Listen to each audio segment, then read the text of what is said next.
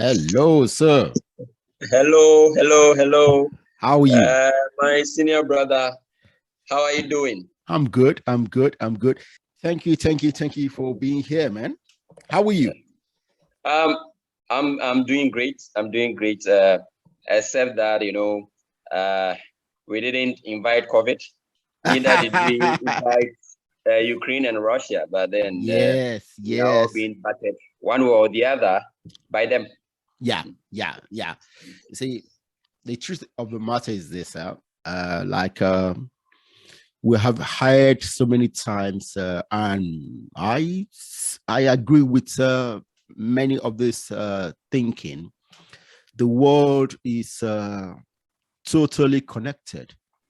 Okay, we all live on the same planet, and we are all affected by things that happen in other regions of the world. Of course. The COVID is because of the ease of transportation. Okay, any disease that comes to one local place in time will get to the rest of the world. Okay, so the pandemic, it was what it is, and the Russia-Ukraine issue is affecting everybody. Okay, even though you say you're not involved directly, but somehow of course. you are involved. Yeah. Well, so Fidel. Yeah. Let's do this. So let's start by you telling my audience who you are and what you do. Oh, all right.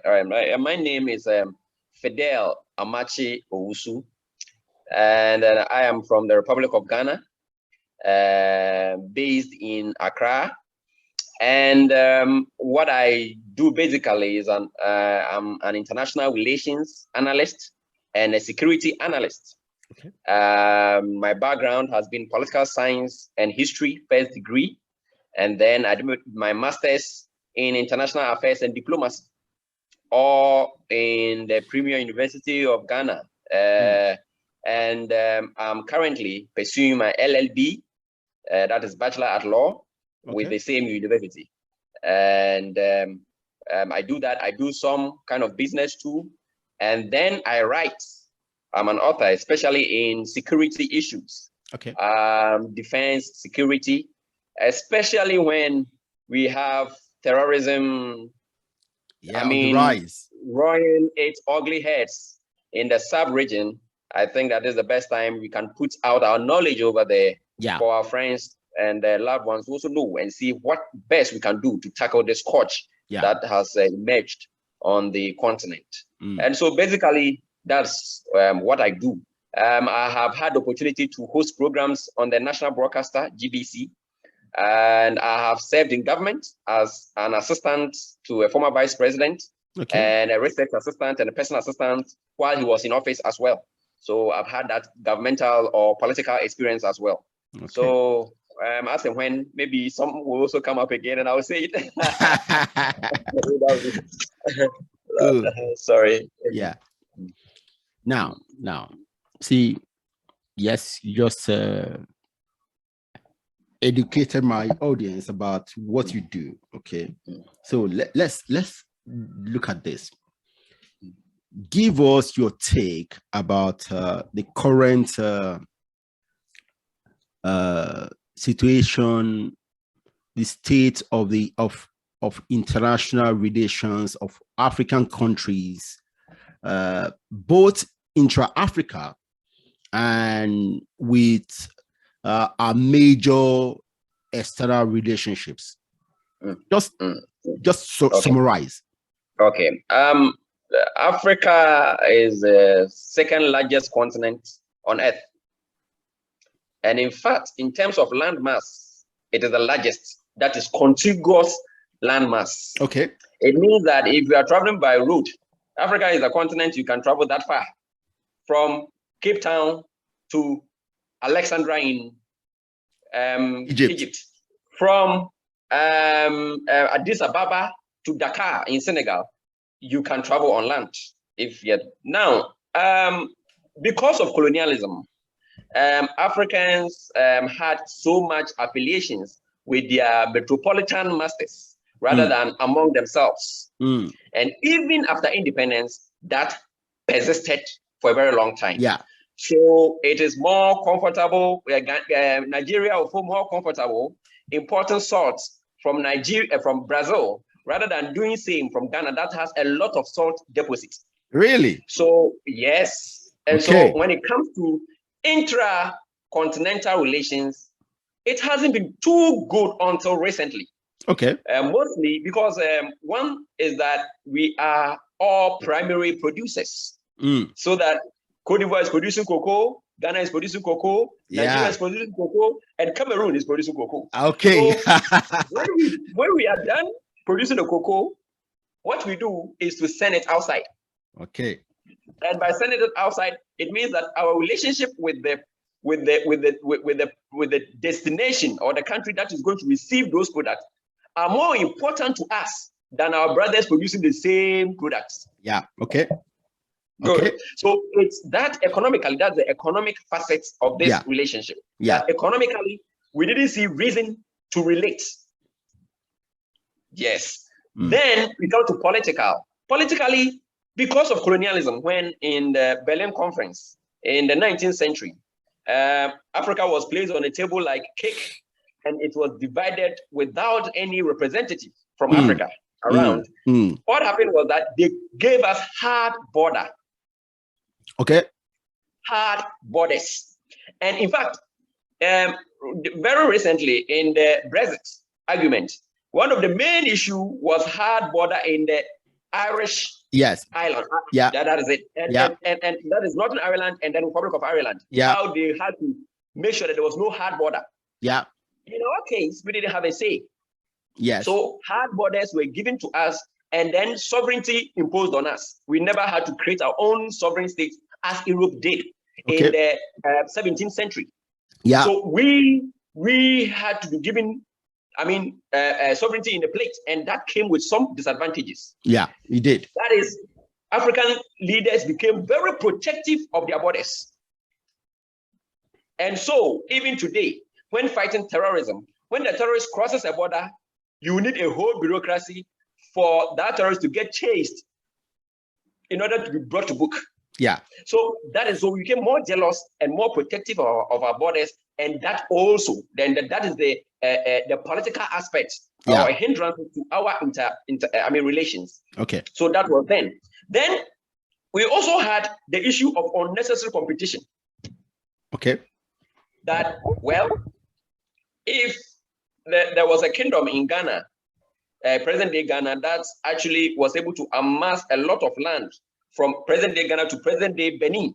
Yeah. So if we were allowed to create our own states, by all means, maybe Nigeria and Ghana would have been one country. Okay. But that never happened. Okay. And this has brought us some competition, unnecessary competition. So in the days of Dr. Kwame Nkrumah, when he was advocating that we united, or unity was what actually going to save us, other leaders were saying, oh, wow, that is Ghana, a small country over there, trying to tell us how to unite. We gained it. They had yes in 1957. We had our independence in 1960. Let us also enjoy. After all, Ghana is a small country. We are bigger. And other countries were like that. So that competition and unnecessary rivalry actually also brought about some hindrances in our relations. Okay. Now, currently, however, things have started changing. Okay. And one is that we have realized that what we've been doing has not really helped. Okay. For instance, for a long time, Cote d'Ivoire and Ghana, the two major producers of cocoa in the entire world, could never sit down and have common bargaining power to bargain for the product. It was recently that they saw the reason, and the two have come together to seek common pricing, so that they will have favorable, cocoa pricing for their farmers to benefit. Yeah. So currently, one area that we are looking at is the economic aspect. Now we have the African Continental Free Trade Area or Agreement. Yeah. This is also has come on board in 2021. They started operating, and the headquarters is in Accra. So I live with them here. Okay. And so far they are doing very well. Okay. So African countries want to remove the barrier and integrate. So I wouldn't go too far, but security-wise too, we have terrorism and how now African countries are coming together to fight terrorism. Okay. Rwanda, a very small country, recently sent a contingent to northern Mozambique, Cabo Delgado, where terrorists are taking over the place. A small country like Rwanda has sent forces over there and to fight the menace. Yeah. This shows that Africa is now integrating. Africa is now changing from the old paradigm. So basically, that's what I would say for now. Okay. Okay. Now, Fidel, I almost agree with you on everything you said. Okay. But I have some maybe questions or disagreements. Okay. Yes. When the Europeans divided the cake called Africa. Yeah, of course. We were not there. Okay. At the dining table. Okay. But it's not unique to Africa. No. When any land is colonized by a more powerful state, the colonized land never have a say. Okay. So it's not unique to us. Yeah, of course. Okay. Two, most of African countries have been independent for over 60 years. Yeah. Okay. So if we truly didn't like the the border being what do you call it? What's the word again? Hard borders. Hard border, yes. We had so many opportunities to change. Yeah, that's true. Okay? So that's area of the whatever doesn't make any sense to me. Okay. If we didn't like it, we could have changed it 40, 50 years ago. Yeah. Okay. So we didn't change it because our politicians found use for it. Most like the thing is that the use was selfish. Yeah, for their own personal political gain, not for the use of their country. Okay.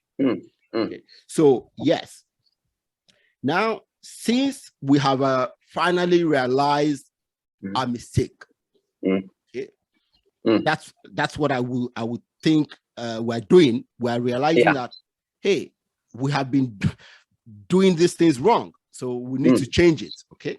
So I'm happy that we have finally realized a mistake. Now, the last thing I will say about this is this. See, I'm not one to use colonialism as a get out of jail card. Yeah. Everything that we do wrong. Yeah. Okay? Because if we do that, it's very easy for anybody who reads and who knows one or two things about African politics will show us that this thing we are saying doesn't make sense. Yeah. Okay. Yes, we were colonized. Okay. Yes, we're not at the table when the cake was cut. Okay. But we have had the opportunity for decades to improve. Okay. Now, Ghana, Cote d'Ivoire are working together to establish a more beneficial pricing for the cocoa. Yeah. That's good. That is good. Okay. Now, you mentioned that Africa is a big place and a landmass that we can drive through very easily. Yes. Yeah. Now, the question is this. Apart from the hard borders, why else can't we drive through? We don't have the infrastructure. Okay. No roads, no trains. Cutting across the countries. Okay. So those are things we need to build. See, now, having said that, I'm so happy because we have a lot of things to do. That means it tells me our young people have a lot of work to build Africa. Of course. Okay. So we have the capacity, we have the what's the word now? We have the work, the potential to build a massive economy in Africa. That can feed the whole planet. Of course. So, but the point is this: we need to start doing the work. Of course. We need to start doing the work, and I'm happy. I was born and I live in these times. Okay. Okay. So, do you believe that? Well, of course, you do believe that African countries need to represent themselves as one bloc to maximize. So this I like the paradigm that you brought into the discussion. In that myself, I have articles that I have spoken about the fact that we cannot keep relying on the fact that we're colonized. Yes. And I have drawn the parallels with the Americas and with the Asian countries like Singapore. Because they were all colonized. Yes, India is now in space. India is a space giant now. And whenever Italy, a very old power, wants to send satellite to space, India does it. And India was equally colonized. So I've made that argument. But the same way, I would say that we didn't even need decades to know that we were supposed to remove the borders. Okay. Kwame Nkrumah did it right from the beginning. He said it. Sorry.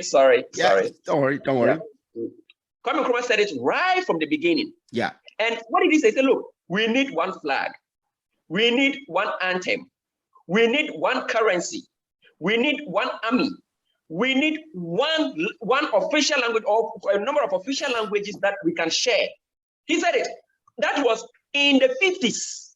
He said it in the 50s and in the 60s. He didn't wait for decades. And now much of what we are pursuing is what Nkrumah said decades ago. So I'll come back to your question that can we act as one bloc? It is so true. And that was what Nkrumah said. Now, I remember the EPA, European Economic Partnership Agreement of the European Union. Initially, it was that they will do it en bloc. But because of some inconsistencies amongst our own selves, they decided to target each country separately so that the deals were not going to be homogeneous. They were going to, and it would have disrupted a lot of trade amongst Africans. Now we have the African free trade, African continental free trade agreement. Now what is going to happen is that with that block, any negotiation with an external actor is going to be singular, and we are all going to be under the umbrella. I know countries like Liberia, Benin, and some other countries have only signed and not ratified, but with time they are going to come on board because they are also looking at their national interest, national economic interest, and how we have to help them survive. Because Benin, for instance, Benin is close to a giant like Nigeria. Now, if Nigeria decides to flood the Benin market with products, Benin will have nowhere to stand. So there must be some trade-offs. There must be some sitting around the table so that such people will be reassured of some of the shortfalls of the agreement. Yeah. So these are some of the things. Now, politically, we have a lot we have in common, even the environment, global warming. Africa was not a major, or never been a major contributor. Okay. Emitter, yes, of greenhouse gases. Yeah. Our production has been minimal, comparable to the rest of the world. Yeah. So now that the global community wants a deal on climate change, what are the trade-offs? If we come together, we get a better deal. Because apart from the Amazon being the largest rainforest, it is the Congo forest. That is the second largest in the whole world, tropical. And so we cannot sit aloof. There's urbanization. Urbanization means that the people of Congo have to expand. Yeah. And that expansion means that more trees have to be cut. Yeah. What is going to be collectively, what are we going to say to protect our brothers and sisters in DR Congo so that the forest will be left so that we all live in a happy world? So these are the things that Africa is looking at. Again, security. As a security person, I always talk about security. Now, with security, how are we coming together? Yeah. Today, we have Russia in Africa. Russia is in Central Africa. Russia is in Mali. Assuming its interests. They are in collision with they are on a clash with the French. Okay. And that clash can never benefit Africa. Yeah. So how do we come together? Okay. How do we come together as Africans? Paul Kagame of Rwanda is doing very fantastic. He sent troops to Central African Republic as well. And I earlier mentioned Mozambique. Yeah. So if we all come together, and then again, Kwame Nkrumah has said it long ago that we need an African command, a common military for Africa, so that we can salvage our own problems. But then, how do we contribute? Forces. In 2003, ECOWAS forces were able to bring stability in Liberia. Yeah. And ever since, Liberia has been stable. Yeah. The Liberia that we used to know in the late 80s and the 90s, where many people were killed, Sierra Leone, where people's limbs were cut, now it is no more. And the initiative was by ECOWAS. Yeah. Led by Nigerian forces and Ghanaian forces. But as you said, there's still more to do. And I will end by saying that in every group of countries, there are giants. And when those giants decide to sleep, the rest will fall asunder. If I talk of the giants in Africa, they are Nigeria. They are DR Congo. Egypt. They are South Africa. Ethiopia, South Africa. Yeah, Ethiopia, yes. And in recent times, Kenya and Uganda are not doing bad, and Ghana are not doing bad. So these are countries that are supposed to rally their junior brothers or weaker brothers around so that they can have one common voice, the African agency, one common voice on international fora. And then we will be taken more seriously. And when we are taken more seriously and we are being dealt with, people will deal with us as equals. Because singularly, some of us are so weak that we cannot negotiate with anything better for ourselves. Yeah. See, Fidel, follow me on this little journey I'm trying to go on. You see, I've thought about all the things you're talking about, although I don't know, I'm not an expert in all the things you're talking about, but I think about them all the time, okay, in my own little space, okay. Now, see, the bringing us together, there's the difficulty stems from our diversity. Okay, see, I've heard this thing that diversity is a plus. Okay, but I've never seen any scenario in the world, in nature. Okay, in nature, with different plants growing in the same space, it's good. That the diversity is a plus. But with human beings, I've never seen any plus from diversity. Let me see. You are right. All of us are always saying, oh, my tribe, oh, my religion, oh, this, my that, my this, my that. And nobody, no tribe or group of people is willing to give away their culture, their language, to join with a bigger group. Okay, now this is in truth, this has always happened in the world. And to build a state, it happens when conquest, actually. Okay, conquest. See, building a state is conquest. Wars. The bigger, more powerful group will conquer the smaller groups. And in time, the ones left from the smaller group join the bigger group. They start speaking the same language. Okay, and the bigger group, the whole group also accepts some cultural changes from the smaller group, the ones that are beneficial to everyone. Okay, and in time it happens from decade to decade, century to century. That's what happens. Now, let's look at the way Africa was maybe in the 1400s. Okay. We had small clans, villages speaking different languages everywhere. Okay. No one was powerful enough to conquer the others. Now we had some big empires, but they were so separated from each other. Okay. Now, if we didn't have colonialism, maybe it would take us another 1,000 years for us to finish the conquering, to conquer every small group and to integrate everybody.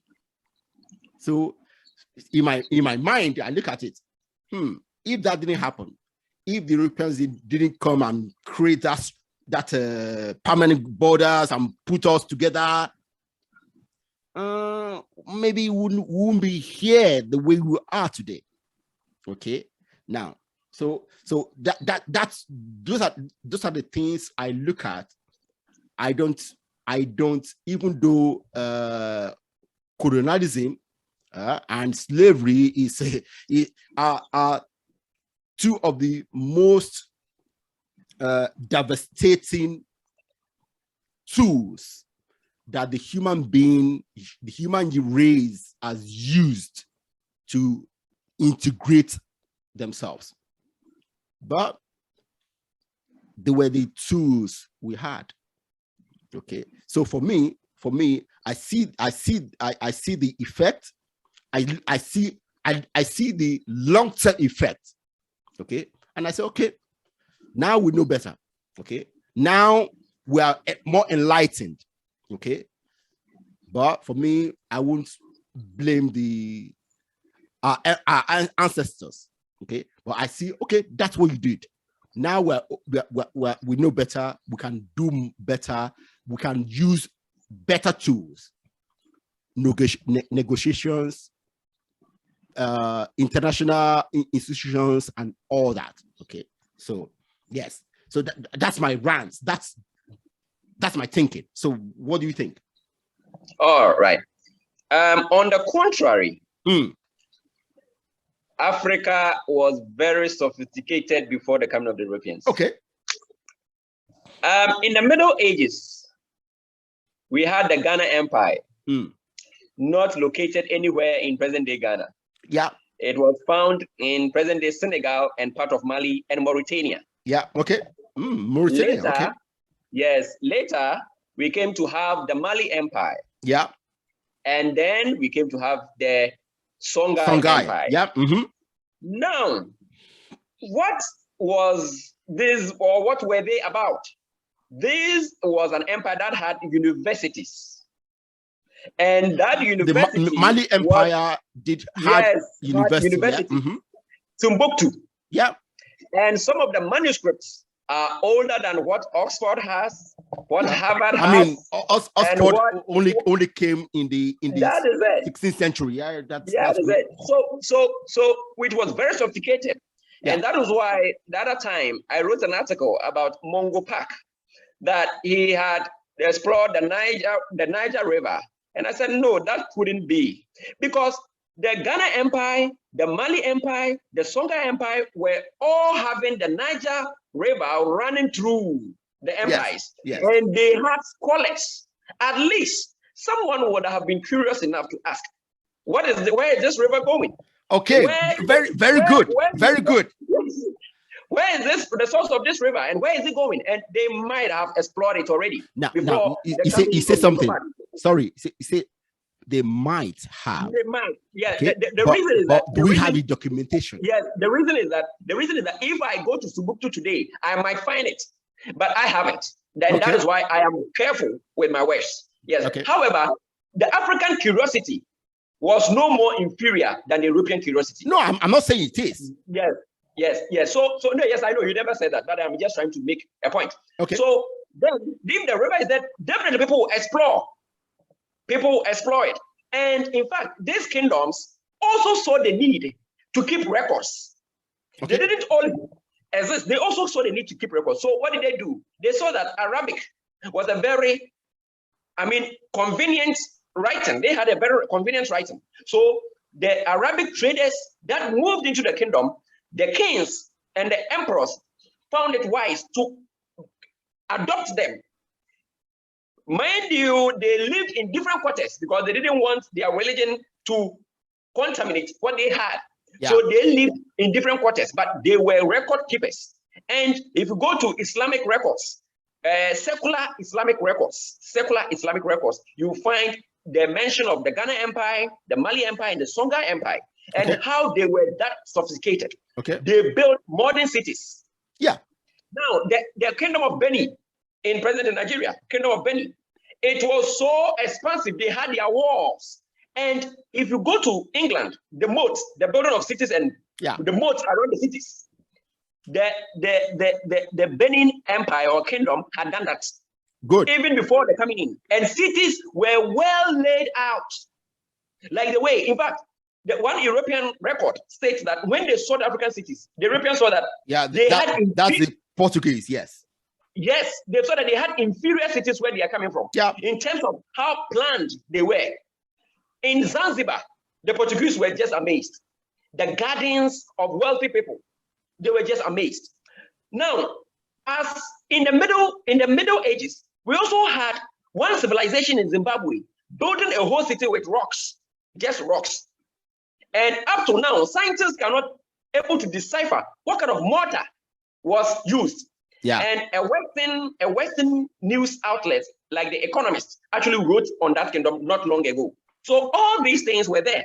I don't want to mention Egypt because it was in Egypt that someone used a piece of stick to measure the circumference of the earth. And now the circumference of the earth now is approximately what he did. Yeah. And that was in Alexandria. And we had the school and the library of Alexandria long before Jesus Christ was born. Long before Jesus Christ was born. Egypt was part of the Roman Empire. Yeah. That is good. Now, so we have all this. Now, the question is, so why were the Europeans able to overcome you if you were that advanced? Good. So I know that that's where you are coming from. So that is why I asked you to it. Good. Yes. Now, the issue is this. One very important thing that we had not had was the gun. Okay. And the invention of the gun was one of the most revolutionary things that ever happened to mankind. Okay. It actually came from China. No, the gunpowder came from China. Yeah, gunpowder, and the technology of a gun where something must be explosive. Yeah, because the gun uses because the gun itself actually came from the Italian peninsula, but the technology, the genesis of the gun, was actually from China. Yeah. Now, China and Europe had that vast geography between them where the interaction was not that good. Yeah. And it was Marco Polo that really gave a very vivid, accounts of the two geographical areas. Yeah. Now, when the Europeans had the gun made the difference when they came to Africa. Yeah. And so when you have a gun, it's just like today, countries with nuclear weapons, they make so much difference. Yeah. US has not invaded North Korea because they have nuclear weapons. The US went to Libya. You went to Libya because Libya didn't have it. And now, of course, and that is why many international relations analysts or security analysts will tell you that when US was going to Iraq, they knew in 2003 that Saddam did not have any nuclear weapons. They wouldn't have dared if he had it because the risk would be too huge. High. Yeah. So we didn't have those technologies, and that made the difference. Good. And so, and again, when the Europeans came down, they didn't even come with force. They came with agreements. Okay. In Ghana, when they landed, there was one king, Nana Kwame Ansa of Elmina, where we currently have a huge Portuguese castle. That was the person they saw, and they became friends with. And it was trade along the way. When they saw that they were more powerful, their guns, one gun can overpower 1,000 arrows, then they have the power over you. So actually, in terms of civilization and sophistication, we were just like them.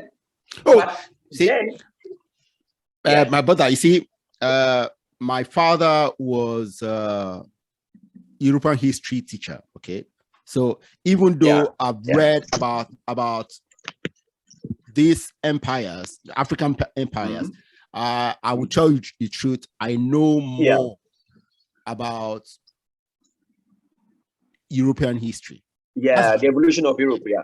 See, if I turn my camera out, you see I have so many European history books. Okay, and I will tell you, I love and I loved European history too. It's very interesting. Yes, see, I love reading them because they gives vivid accounts. When I say vivid accounts of so many different things. See, I've tried to buy a lot of African history book, but I ordered the books on Amazon. They never they never come. Okay? I end up asking my money back. See, I want to read more and more. So what I'm saying is this: I want to read more and more African history. Of course, I want to read them. So maybe you recommend some to me because of course I'll do. Now, I know that the gun was a big factor. Okay, and the truth of the matter is this: by the time of this, some of the African empires, Europe was very backward. That's the truth. Okay. In fact, during those times, North Africa, okay, haven't been part of the Roman Empire in those days. Of course. They were more developed than the rest of Europe. Okay. And that's the truth. Now, I don't know how much.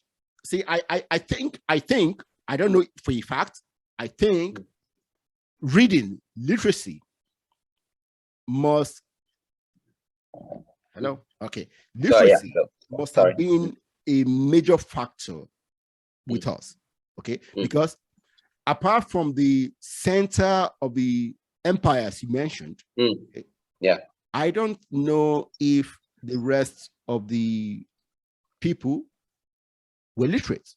For a fact, I know in my family, my father was the first person to be literate. Oh, great.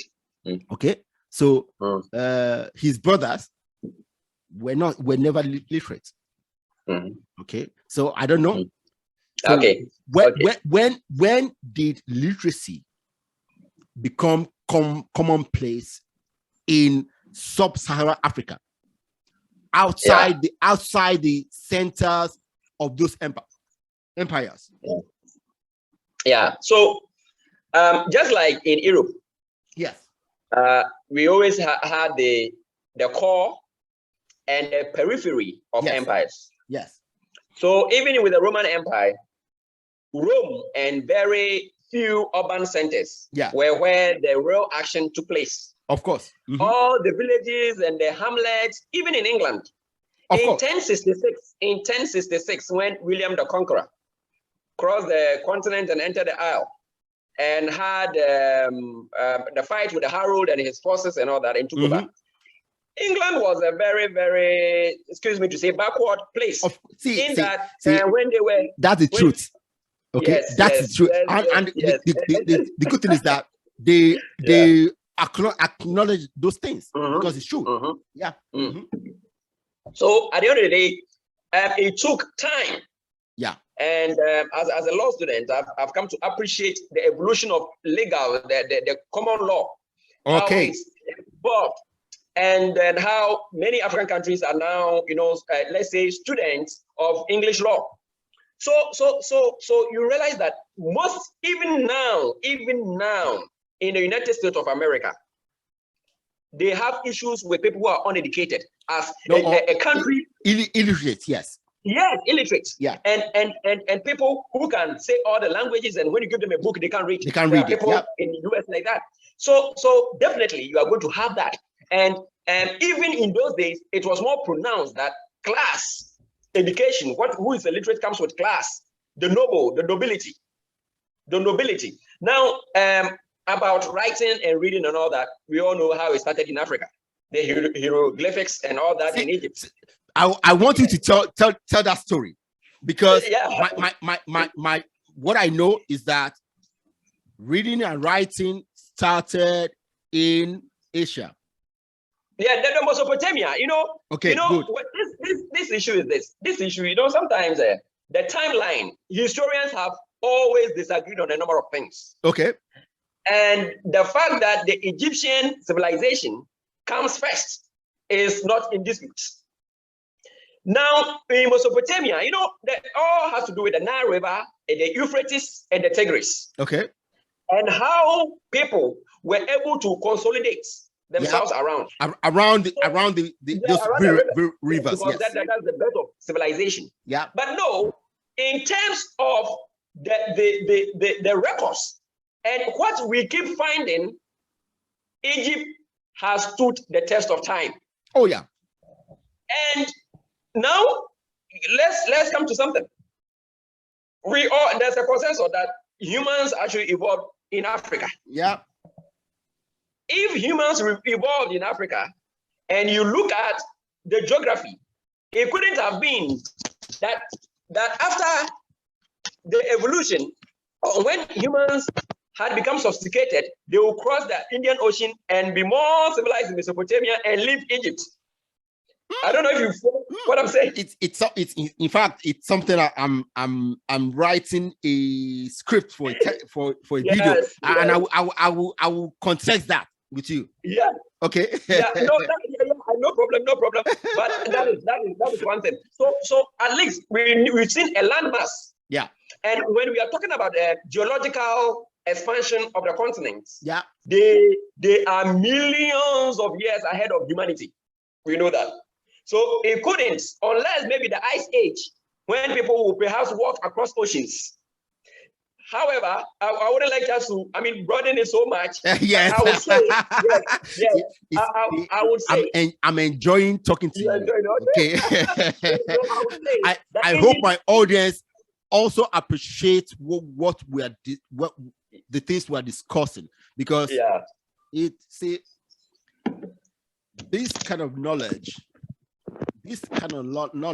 and stories are very important for civilization. Yeah, okay? Of course. And for me, it it's important to discuss these different part of the story. These people believe that, and for us to analyze those things. Okay? Yeah, of course.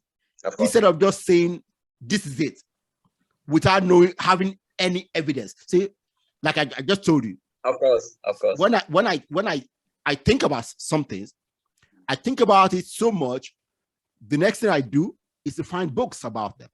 Yeah, of course. And then I read about them, because people who write books, they have done more than just thinking. They have investigated. Okay. Mm-hmm. So when I think about things, I look for books to read about them, to know what the experts on that subject think.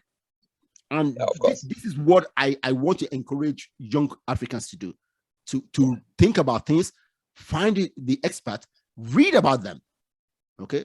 And Fidel, I will tell you, I hope you'll be writing books very soon. Okay. Because for now, I write a lot of academic papers. Yes. And for now, and then you on LinkedIn, you are aware that I try to put out one or two. Yeah. And what I've realized is that many people now in this current, because of the of internet and technology, don't want to read so much.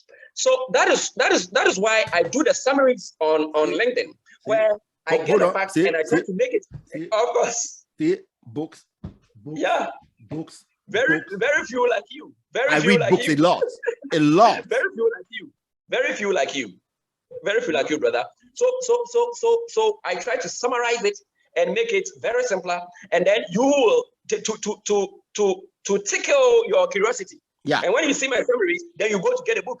Yeah. And I hope they do that. Yes. I hope they do that, because it's important. It's important. Yeah. Yeah. So the Egyptian writing itself went through 3 stages. Yeah. 3 stages. Yes. And so that's what I'm trying to say, that all these things were done. So in terms of literacy, all kingdoms, all empires have been like that. In fact, there were some kingdoms that when you are from a lower class or a lower caste or caste, and you wanted to rise up by being illiterate, and they see you reading certain books, it was a treasonable offense in history. Yeah. You're jumping from your status. Exactly. Yeah.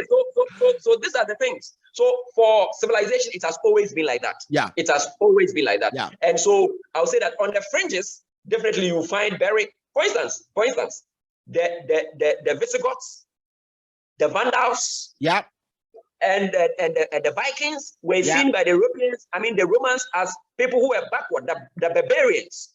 And actually, those are the people who brought them to their knees. Yeah.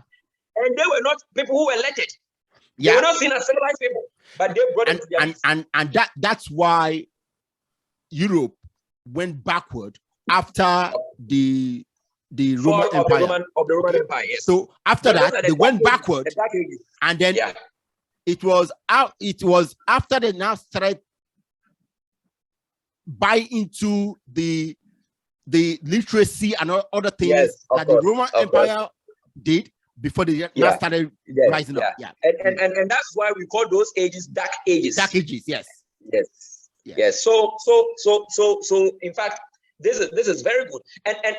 And brother, I would say that all in all, for me, I believe that the 15th century, 14th century coming to the west coast of the Europeans was not the Africans' first contact with the Europeans. It couldn't have been, as you said, that Northern Africa was always part of the Roman Empire. And there was some trade, even salt. Yeah. Salt was a very scarce commodity. Yeah. Then, and in West Africa, there was abundance of salt. The Odagost market. Odagost. Today, Odagost will be found somewhere in Mauritania and the Senegal border. And that market had salt.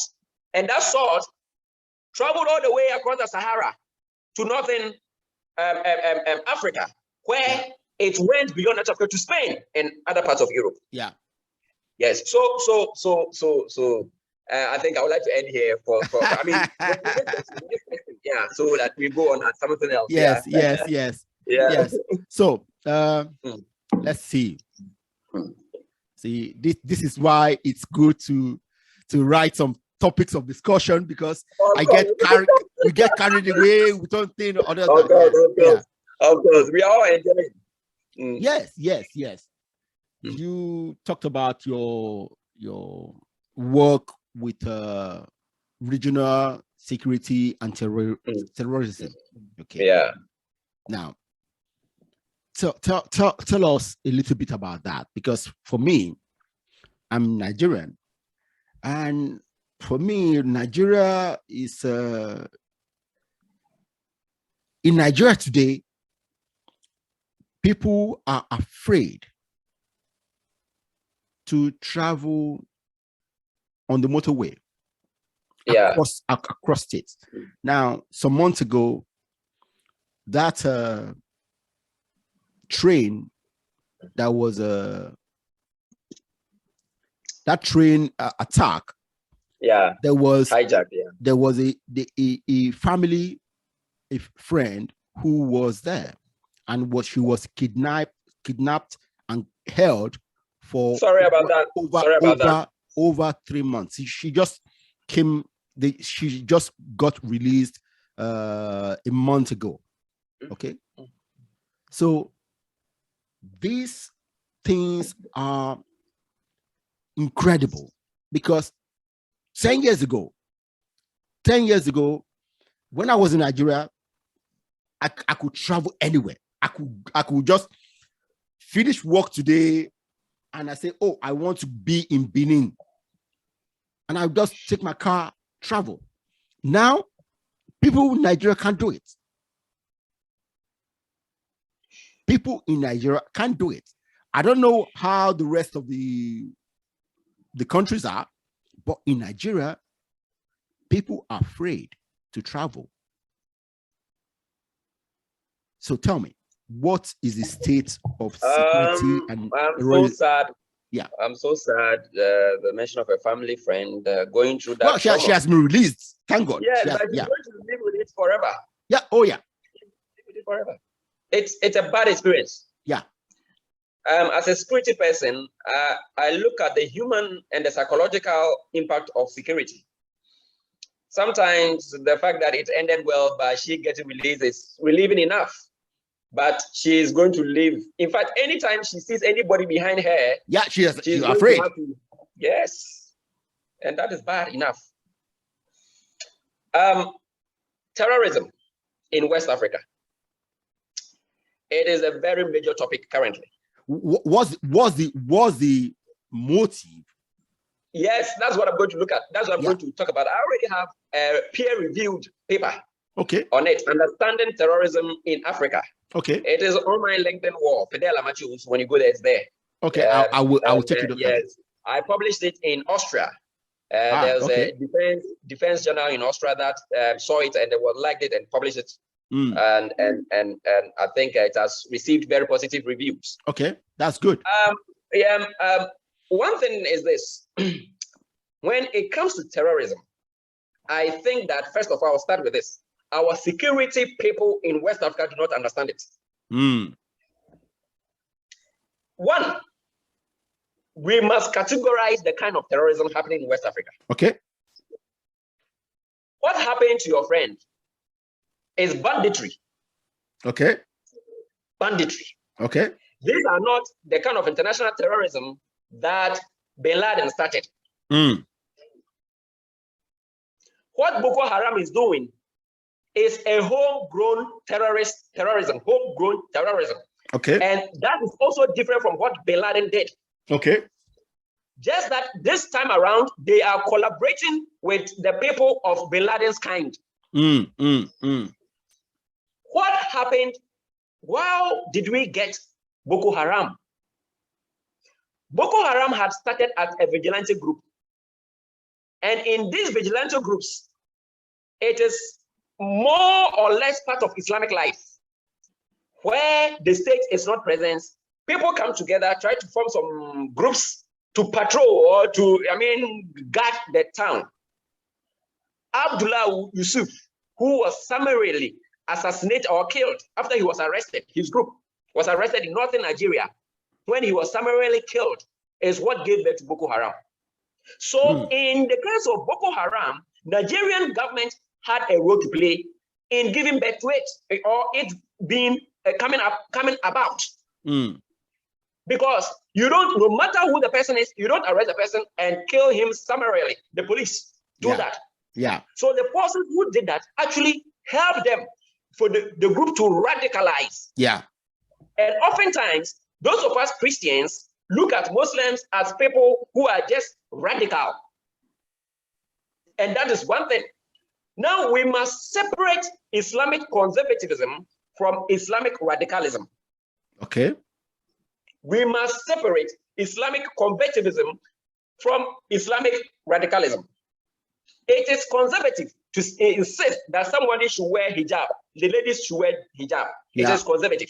Yeah. But it is radical when you say that same person should blow himself up in a conflict. Okay.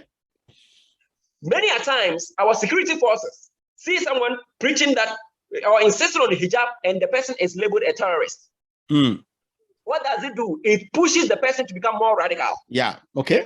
Because you are not trying to allow the person to practice what he believes. So as Christian, I do a lot of dispassionate discussions and writings. If you're a security expert, you can't have, I'm a Christian, you're Muslim. So no, we don't do that. You look at it objectively. Now, if you come to the rest of West Africa, the Bin Laden kind of group are now awashed in many places in West Africa. Wow. They are in Burkina Faso, they are in Mali, they are in Niger.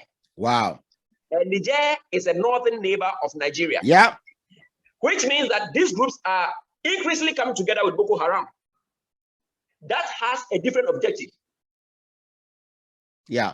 Now, even apart from the Bin Laden group, we still have the ISIS kind of terrorists there. Yeah. Yeah. What do these people want?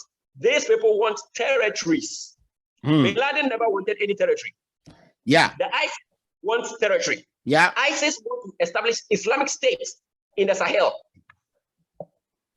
Now, what they were not able to do in the Middle East. Yeah. In the Middle East, they are good. So they are now in the Sahel trying to establish an Islamic state. Within sovereign states, this is what they want. And that is non-negotiable. There's no way they're going to back down on that. Ha ha ha. And if we are able to decipher and know the differences in these groups, we will find different solutions to them. Yeah. Boko Haram is amenable to change. And I say so. This is very controversial, but I say it. Okay. Because what I've realized about Boko Haram is that the problem with Boko Haram started in 1903. Okay. And in 1903 is when northern Nigeria was added to the rest of Nigeria. Now, Osman Danfodio, that you know very well of your history, started conquering in 1901 the northern part of Nigeria. What was his mission? His mission was to spread puritanical Islam. Yeah. Pure kind of Islam. He thought that the Muslims who were already there were not purified enough. So he established himself. Yeah. For good or for ill, he was able to bring stability in northern Nigeria. Yeah. Now, after 100 years, the British came and conquered the Sultanate or the Caliphate. It was a Caliphate. Yeah. Now, the Sokoto Caliphate that was conquered was compensated or pacified with a Sultanate. So the British said, you can't be called a Caliph. It's too big. Call yourself Sultanate and appoint your emirs. So Emir of Kanu, Emir of Katsina, Emir of whatever. Yeah. Now, this thing that was done, even the British recognized that these people are powerful, so they did not interfere in their leadership. So they allowed them to govern northern Nigeria while they took care of the overall security and stuff like that. Yeah. Now, when elected politicians started in 1960, after Nigeria gained independence, It was the elected politicians that disrupted this order in northern Nigeria.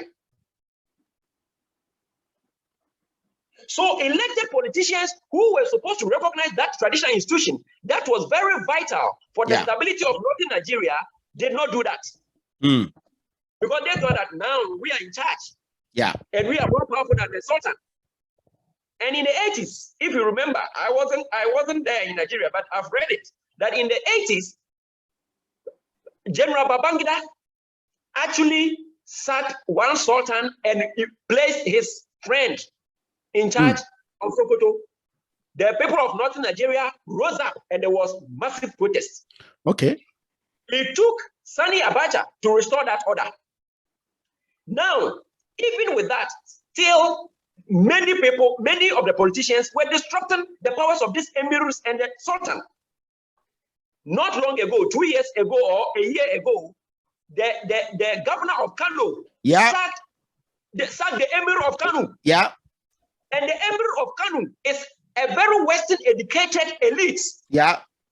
Who could have modernized northern Nigeria and Kano. Who people like me love so much. One astute economist who had the opportunity to be who chose not to do politics but become the emir. Not because he took it out of anything, but he was actually entitled to it. His blood has it. Now you sack him because you are the governor. And I've heard him talk about it. Yes, if bandits are taking over northern Nigeria, let me tell you, those bandits respect the traditional authorities and elected authorities. And northern Nigeria should be given a special treatment. And stability will return there. I have a full article on this. Okay. And it's on my LinkedIn page. I have a full article with pictures of Danfodio and what have you, all there. That northern Nigeria should be treated differently. And somebody may ask, in the South, chiefs were also had their powers taken. So why are you not talking about the South, but you're talking about the North? This is the reason. In the South, Christianity was what came, and then traditional beliefs or animism was pushed aside. Well, so not in my village. Yes, but even in Ghana, in Ghana, it's very common to find the traditional priests also in church. Yes. And what I'm trying to say is that in terms of the chiefs, they have their customs. But largely, southern Nigeria is a Christian region. And we have adopted the Western political institution. Of course. But in northern Nigeria, it's different. So I proposed in my article that Nigeria should have a special constitution. And despite the Sharia law that has been given them, it's not enough. It's not enough. The authorities of the Sultan and that of the Emir should be immune to political interference. Okay. Because Boko Haram will be more comfortable. Okay. The fact that Boko Haram will be more comfortable negotiating with the emirs than they will do same with the elected officials. They don't trust the elected officials. And somebody may ask, why would you say that Boko Haram should negotiate? Government should negotiate with Boko Haram. They are terrorists. They are extremists. And I'll ask that person, why did the United States negotiate with the Taliban? Okay. At a point, you come to the realization that the people you call terrorists are also human who may have gone astray in your context. Okay. So you sit them down, you find solution so that my brother here, whenever you go back to Nigeria, you can travel like the way you used to travel. Because unlike Bin Laden, who never came from the United States, unlike Zawahiri, who was from Egypt and was not from the United States, the Boko Haram people, majority of them have their family members also in the military. They have family members also in the intelligence services. They have their family members also among the crowd. And the last time I told someone that, look, the use of drones, military drones, to target terrorists, Africa should never copy that. It will not help us. Whenever the US uses drones in other territories, they are creating enemies far away from their land. When you use drone in Nigeria, you are creating enemies within Nigeria. In your backyard. In your backyard. For hundreds of years, you have enemies within. Because if I grow up knowing that you killed my father, maybe my father was not even a terrorist, it was just collateral damage. You shot somebody and then my father died in the process. Yeah. I will be willing to do anything to bring you down when I hear that. Because I come back from school and I heard that my mother, my father, and all my siblings have been killed because one terrorist was hanging around them. What I will do is that I have nothing to lose. And in fact, I'll be willing to offer myself and explode myself and bomb somewhere so that I also go. Wow. That is how we must handle terrorism. Terrorism is a matter of the mind and not of the heart.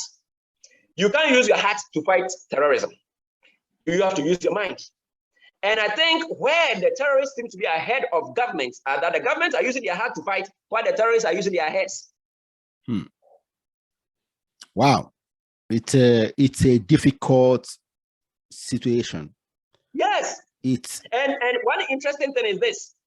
These terrorists have a way of operating. They like to operate along borders.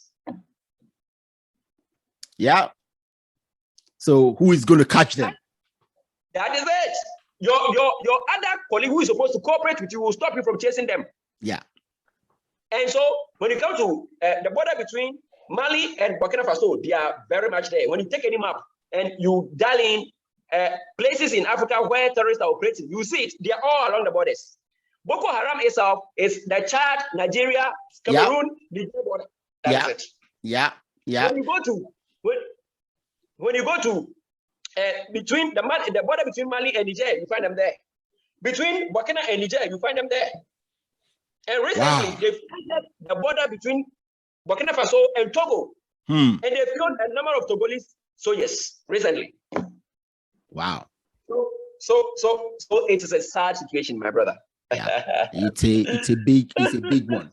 And it's something we need to continue discussing. Yeah, of course. Well, I hope security agencies are ready to do all it takes, discussion, negotiation, everything, because what is going on in Nigeria, I can only talk about Nigeria because that's what I know. What is going on in Nigeria cannot be sustained for another 4 years. Nigeria is the largest economy in Africa now. The whole country will implode if this thing continues for another few years. I mean, it's so bad, And when that happens in Nigeria, Ghana is not safe. Yeah, I'm worried. Yeah, that's it. That's the thing. If these things happen to Nigeria and the whole country implodes, the whole of Africa is not safe. Yeah, that's safe. That's it. And then the caliphate that they are looking for will happen. Yeah, it will happen. It will happen. So we need to very bad. With it. It should not happen. It should not happen. We must fight it. We must fight it, and fighting doesn't mean using guns or bombs. We must find every way possible to stop that. Yeah. Thank you for that. Yeah. So a lot of young Africans believe that the global institutions like the World Bank, IMF, World Trade Organization, and so forth are there to enable the West to take advantage of Africa and other developing countries. What's your take on this? Okay. I think that as we said earlier in this discussion, you really give us a lot of insight on this blame game. Okay. And which I share. You see, IMF, World Bank, other institutions. Yeah. Now, these were post-World War II institutions. Okay. After the Second World War, the world realized that, look, the League of Nations was too political. Let's get other, with the UN, let's get other economic handles. Yeah. That will help so that whenever we have defeated our enemies, that is the victors of the Second World War, whenever we defeated our enemy, we cannot integrate them back into society. Economically. Yeah. So that was how come we came to have this. Now, Africa, I think that we should be very frugal or discreet. And this is in respect of how our monies are spent by politicians. Okay. You know, currently in Ghana, we have one of the largest governments since the Fourth Republic in 1992. Wow. And why? At the presidency, we have thousands of people there. Okay. At the ministries, we have hundreds of ministers. I mean, until recently, there were 120. What? And yes, and a whole lot, the expenditure, and a whole lot. Yeah. I don't understand. We had our president charter flights, very expensive flights of over around 16,000 euros an hour. And that flight, whenever he's not going anywhere, is on our tarmac. Meanwhile, we have a presidential jet that operates fine. Wow. But the private jet has a bigger size. Or it maybe, and you know, one time, one minister was called to come and justify that. And whether it was a slip of tongue or something of the sort, he said, the president, for instance, cannot bath in the current presidential jet that we have. You can just imagine. So the African leader wants to bath in a plane. Now, does he live there? That is it. It just happened. After that, you can Google it, and because then I like factual argument. So he leaves his hotel, he leaves his house, he lives anywhere he is. You can't have a bath in the plane. In the sky. Now we have this. This is an example. And look, I'm proud of my country and all that, but leadership shouldn't be this way. So if you have such expenditure, you are walking your way to the IMF. Yes. Where you wouldn't want to be. Okay. And when you go there, you are not going to tell them what to do. They are going to tell you what to do. Yeah, that's okay. Then young people like me, who are going to be collateral damage for your decisions, profligacy, will then have to complain and see those institutions as neo-colonialist institutions. Okay, instead of that, your president and his cabinet did the wrong thing to get them in the first place. That is how they save face. That's how they save face. Yeah. So they go there, they mismanage, they go there and they tell them that, look, you can't do this, you can't do that, you can't do this. And then when they tell them that, we become trade-off. Yeah. Employment freeze employment. Yeah. If someone tells your government to freeze employment, you are definitely going to look at the person who is telling your government. You're not going to look at what your government did. Yeah. And so, actually, you see, Fidel, last week, during the unveiling of President Obama and Michelle's portrait in the White House, she told a little story that when they host events in the White House, the food that people eat, Michelle and Obama pay for it. Of course, I know. And people don't know that. Yes, this was mentioned. It has been said in an earlier article. I think one Guardian article or some sort. This was mentioned. I didn't listen to the interview you're talking about, but then I've read this before. Okay. That they paid for it. Yeah. See, I learned about this in 2009 when I was working in State Street Global Advisors. My boss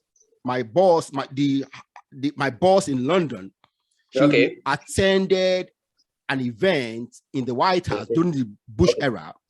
Okay. So when he came back, and I was having a meeting with him and some other people, so he was telling us about that event, and he told us that the president actually told them not to eat too much because he will pay for that food. Yes. So that's the first time I heard about that. Because that's their guest. Yeah. That's the first family's guest. You feed your guest. Now in Ghana, does the president pay?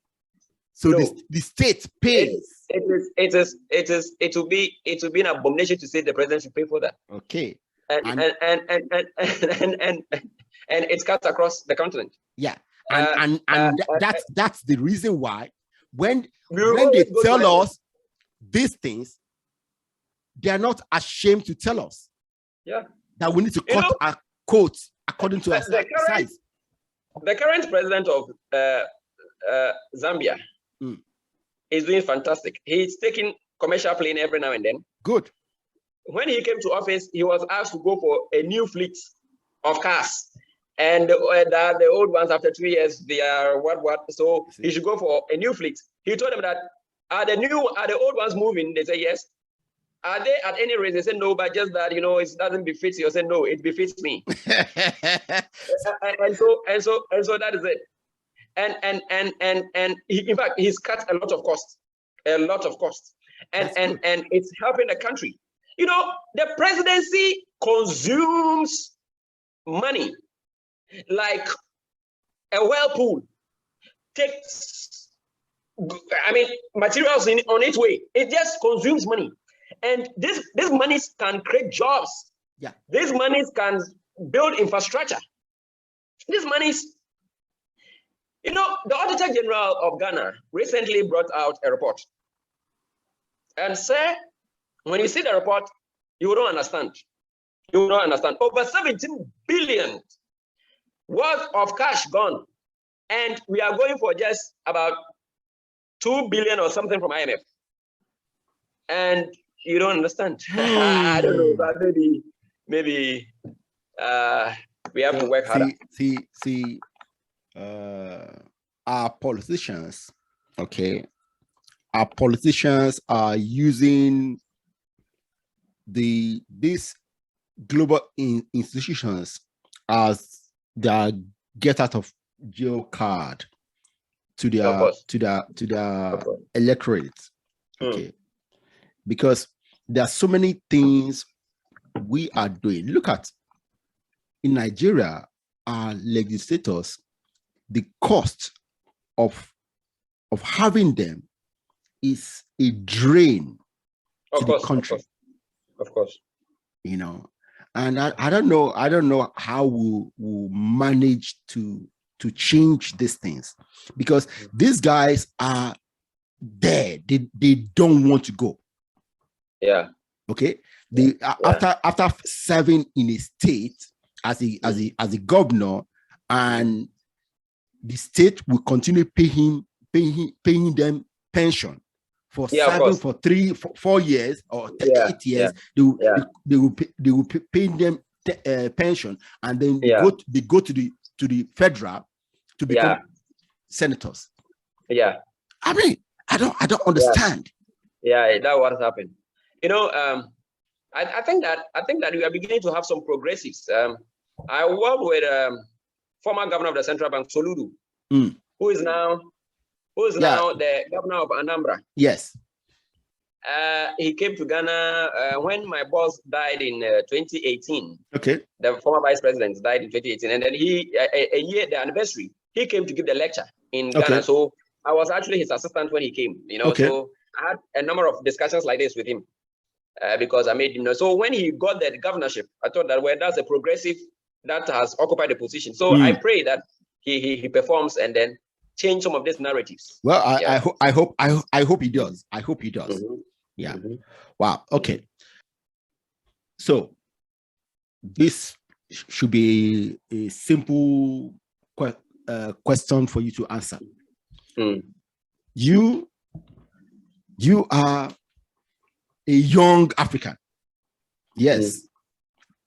So what advice would you give fellow young Africans to help them to contribute their little quota, no matter how small, to contribute that quota to the development of themselves and their communities?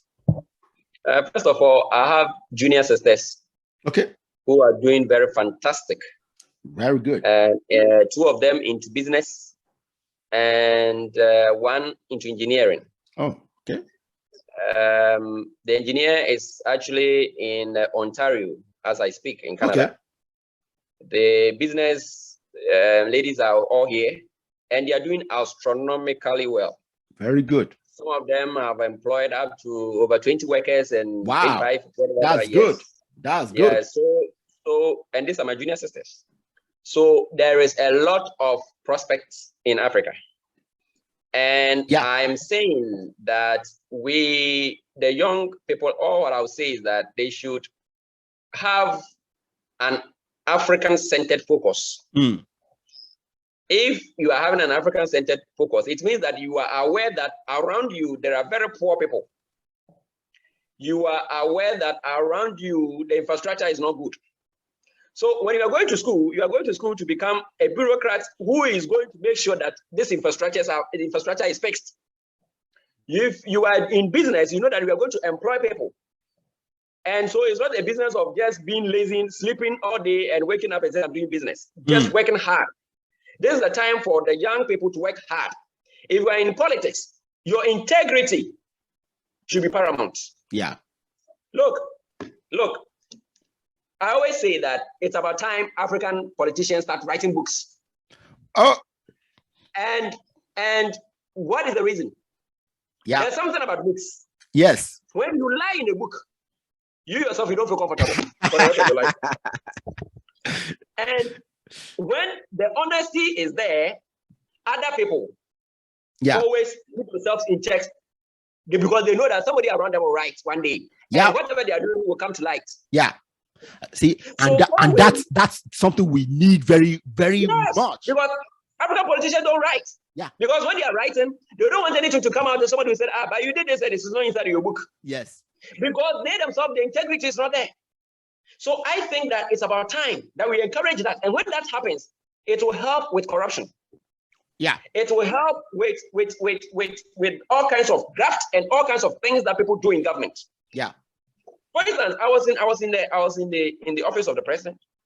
I stayed there for 4 years until my government was elected out. Then I was employed by the state to take care of the former vice president as part of his package, the retirement package, until he passed. Now the issue is this: as a young person, I had seniors. I had other people that they could have, but fortunately, I was chosen. Perhaps I did something right. Yeah. And as I talk, I tell you, I was in an African government, but I can say with chest high that I never had to take one city that didn't belong to me. Everything I depended on was my salary. I never had to use my ID card as a worker of the office to dupe anybody, or take advantage of anything. Yeah. And it's something that I say, and I say it loud. If you listen to my voice, you see that I'm a little bit loud. Yes, you're African. Me too. It is part of my confidence. Yeah. I think that I serve well. And given opportunity, I must serve my people. I must not steal money. Stealing from Africa is murder. Because that money can buy some hospital bed for someone. Yep. That money can put up something. Then when you steal it, it means that person is going to die, and that's murder. Yeah. So these are the things. So I will urge all the young people that their focus should be African-centered. Okay. You can't be in Africa and think like an European. If you're thinking like an European, think the positive sides. Okay. That you want to be great as an European, but then when it comes to your people, you must, be conscious about your environment. Yeah. Know where you are and make sure that there's change. Yeah. Look, my mom is a very, local woman because she didn't have formal education. My dad had. And they had 7 children. And all the children got educated. Very good. My dad left us when I was in primary 6. Wow. He died. My mom took care of all of us. Wow. So she was focused. She was focused. She knows what she wanted. Formal education. And she told me something that when your children are going to school, that's what she told me, the advice as a young boy. He said, when you grow up and your children are going to school and there are area children who do not have uniform to go to school, try and get them some to wear and go to school. Other than that, your children are not going to be safe. Yeah. When they grow up. Because very those good. People are good. Very good advice. My mother never received any education anywhere, but she told me that. Very good advice. So that is what I mean. Being your consciousness being or your focus being African centered. Yeah. Yeah. Meaning knowing your problems and making sure that you solve them. That's all I'll say. Thank you for that. Thank you very much for that. Now, my last question to end this fantastic discussion. So, Fidel. You are African focused. Okay? So, look at Africa in 30 years. What is your vision for Africa in 30 years' time? What do you want to see in Africa in 30 years? Thank you very much. That is why I have a problem with terrorism. Okay. That is the only threat we have on our path to advancement. Yeah. That's the only threat. Okay. Nothing will stop us. Because even with the politicians, now we are holding them to their toes. Now, with my phone, you are in Europe, you are talking to me in Ghana. Yeah. I am telling you a lot, and if there's collaboration, we can solve a lot in Africa. Yes. Now, with my phone, I criticize government vehemently. I'm one of the vehement critics of government. Yes, I do that on my social media. On my phone, I call people and coordinate them. Not long ago, Ghana, we are protesting. I was there. Police used tear gas and everything. I was almost blinded with the tear gas. I was there. And these are the things. So our path to development, even not the corrupt leaders or the tyrants or anybody can stop us.